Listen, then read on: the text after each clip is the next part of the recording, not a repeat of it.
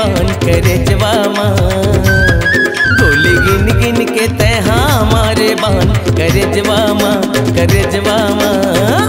सना नाना जिउरा लागे मोर, होय होय मो सना नाना जिउरा लागे मोर।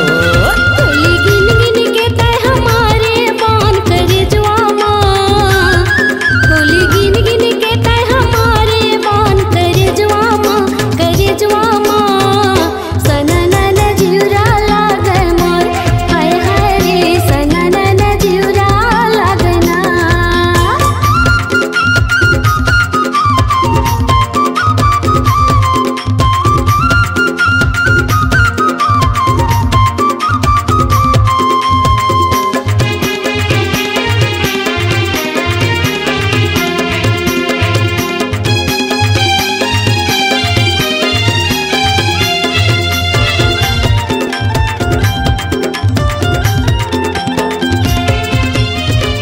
धनी राम चांद ने कही थे लावर मोरे गाँवो, पीपर के पेड़ रानी बड़ी जुड़ी छा।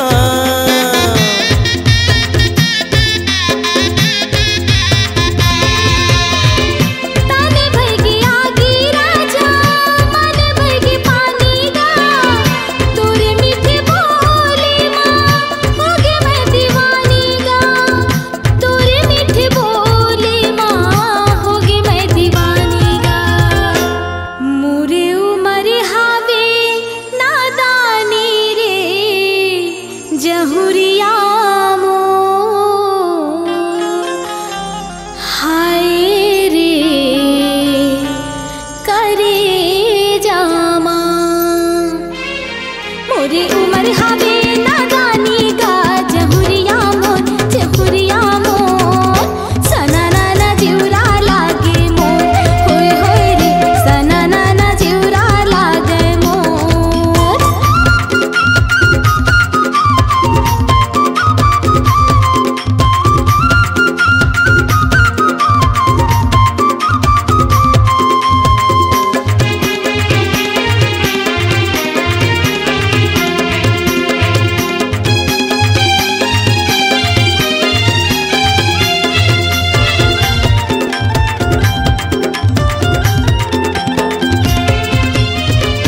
सोई डसनामा मोला नींदी नहीं तो आवे वो, आठों पहर तोरी रानी सुरता वो सतावे।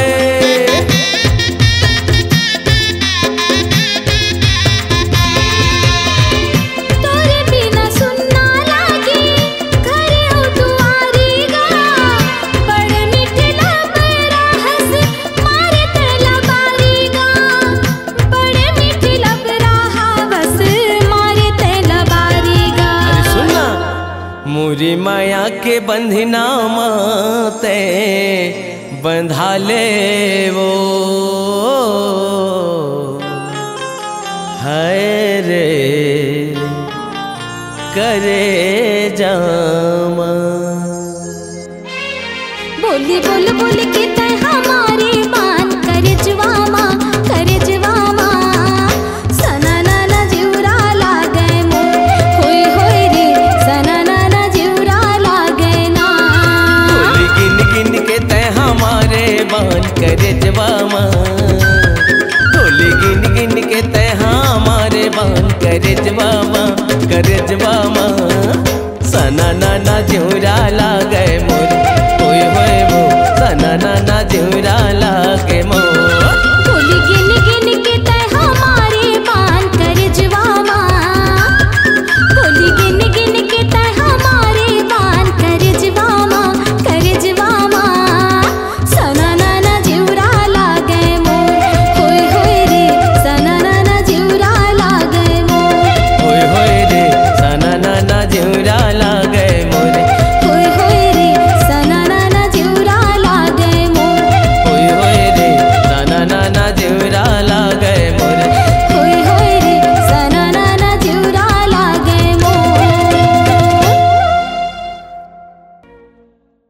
आपकी आवाज ही आपकी पहचान है।